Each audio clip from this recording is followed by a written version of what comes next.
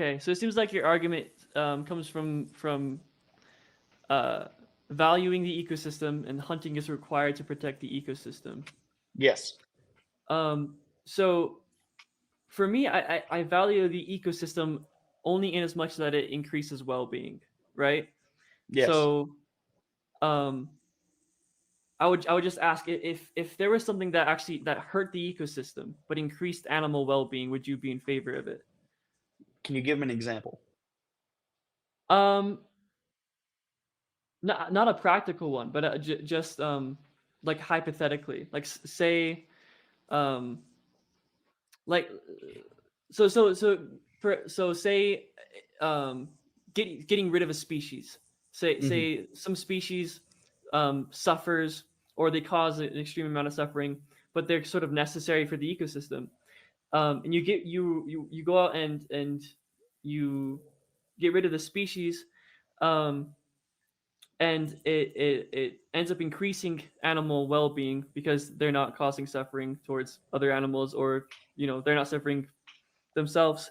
But then it maybe decreases like the um, ecological, I guess, universe by like 20% or 10% or something.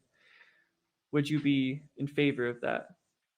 So no, just because, like you said, on a practicality standpoint, we don't see it occurring because every species in North America fills what is called a Well, so niche. I'm just talking about in a vacuum, right? Yeah. I'm just wondering if you care. Do you care about animal well-being, or do you care about the environment? And those things So go hand in hand, right? But yeah, I think the best way to put it is as a hunter. There's two ways to view things. You can care about individual deer, or you can care about the idea of a deer. So the best analogy I have for this is an oak tree, right? I'm going to say a word that might seem foreign. I'll explain it. Oak trees produce what you would call an acorn. Here in Appalachia, we say acorn, so I'm going to refer to it as such. Uh, but so oak trees produce acorns, right? Now you can go out and take as many acorns as you want, but as long as you keep that oak tree healthy, then it will produce more acorns the next year. The environment's the same way. As long as you keep that deer herd healthy and sustained, then it will produce more deer for you to go out and harvest that next year. And you can be able to make sure that you keep the oak tree healthy. But if you have too many acorns on the ground around it, they're going to start to grow into new oak trees. And then that's going to start to crowd that tree out. Then you're going to start seeing blight spread between that all those trees that are growing in that specific area, and you're going to see a negative impact on that specific area. It's the same thing with white-tailed deer. So whenever we're talking about um, as a hunter, if I care about well-being or if I care about what was the other thing, well-being or what, or the environment, like I think it's a you know. mixture of both because with caring about the well-being of a species, I care about the environment because without a healthy environment, you cannot have a good well-being for a species. Yeah. So okay. So I guess I can give you an even more like extreme hypothetical. Um, so what I see so I think factory farming is like the greatest moral atrocity Yes. we face today. And the only thing that may be even worse is wild animal suffering. Um, the wild is no Disney movie. The majority of animals suffer greatly, right? But it seems to be sort of necessary to keep Earth alive, right? But Yeah. if we were to go into some utopian world where we got completely rid of um, the wild, and it was just all humans and their pets or whatever, I think that would be a better world. Um, where we sort of get rid of the environment, or we sort of get rid of that aspect of the world. That would be better. And the only issues I have is practical ones, where um, yeah, it's sort of necessary for um, the maximization of well-being. So I'll tell you why I disagree with that. And that is that ethics and morality is a purely human construct.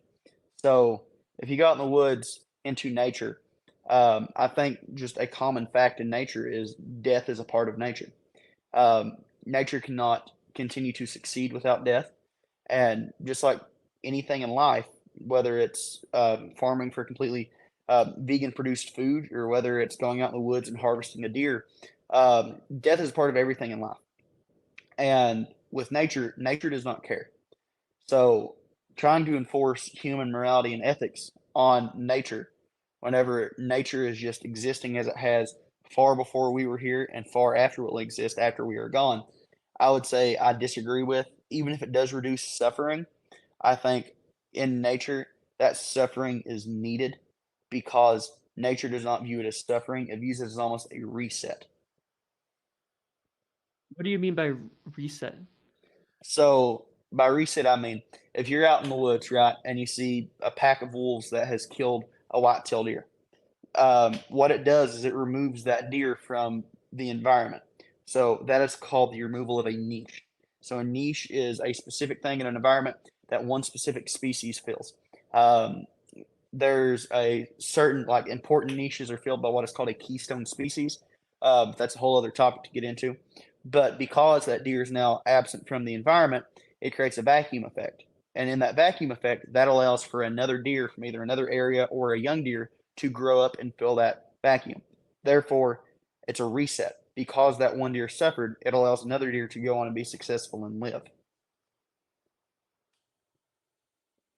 Yeah, so I'm still trying to figure out your ultimate value here, because it seems like you kind of going back to like the practical aspect of it.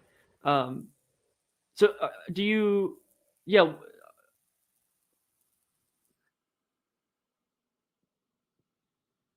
do you tend so do you think nature is good in and of itself?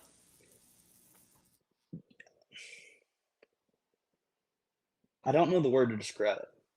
I don't believe that nature is inherently bad, but also not inherently good. I think that nature is its own thing. I think there's a lot of good that occurs in nature, and I think there's a lot of bad. I believe the bad can be necessary, and I believe that the good is earned and deserved.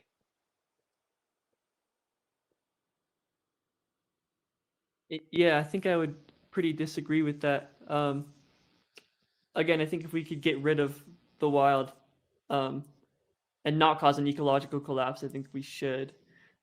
Just because, again, it's not a Disney movie. There's tremendous amounts of suffering, and I don't think it actually matters whether or not nature has a mind to think about it, to reflect on the suffering. In many ways, it's actually worse, right?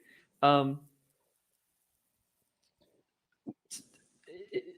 I don't want to get into tangent, but it kind of gets into like the problem of evil with like the arguments for against God and things like Yeah, this, where it's like with humans when they suffer, right? We can think about it, we can rationalize about it, we can kind of come out with a like a Viktor Frankl story, yeah. um, right? But when animals suffer, they don't really have the ability to morally reason, right? Um, so they just suffer and they don't know why. They can't come out of it in some sort of better um, sense. They just suffer. They just experience suffering, which I think is even scarier, which is even worse. So the fact that nature doesn't have any, it's sort of amoral, actually makes it worse. It actually increases the suffering. I see where you're coming from. I really do. But for me, I could not, I'm never going to get behind removing nature and the wilderness and the wild because for me, like I said, and I think this is a place where hunters and vegans differ, is that death is a part of life. Death occurs in everything. And that's something that we will never shed as a society. And along with death comes suffering. And so I think as hunters, what we strive to do, and as wildlife conservationists, is limit the unnecessary suffering. But I also believe that there is such a thing as necessary suffering in nature. Like I mentioned with wolves predating deer, with natural predation, um, I believe that that is necessary suffering, just in the same sense that I believe that death is a part of life and we can never truly escape death. Cool. So you said a few different things there. So number one, I agree. Definitely, we should. There is necessary suffering the most common example is like you suffer when you go to the gym, but it's necessary to have a healthy life. Yeah. Um, but you also said something, and maybe I heard it wrong, or maybe you misspoke, but de- with death comes suffering. I don't think that's always the case. Going back to the feral cats example, death actually comes well-being, right? Yes. It's better for the cat, it's better for the other animals, and it's better for the environment as well. But also the feral cats in general. If a cat becomes feral, then I think 90% of feral cats are disease ridden. And up until the point of death, it is suffering. So death and suffering, in a lot of instances, go hand in hand. And that's with every aspect in life. Um, to have, as a hunter, even to have an ethical, clean, and quick kill without suffering is what we all strive for. But suffering and death also go hand in hand. They often do, but I don't think they always do. I would say often, like I said, hunters strive to try and make that as not often as we can, but they do often go hand in hand. Gotcha. So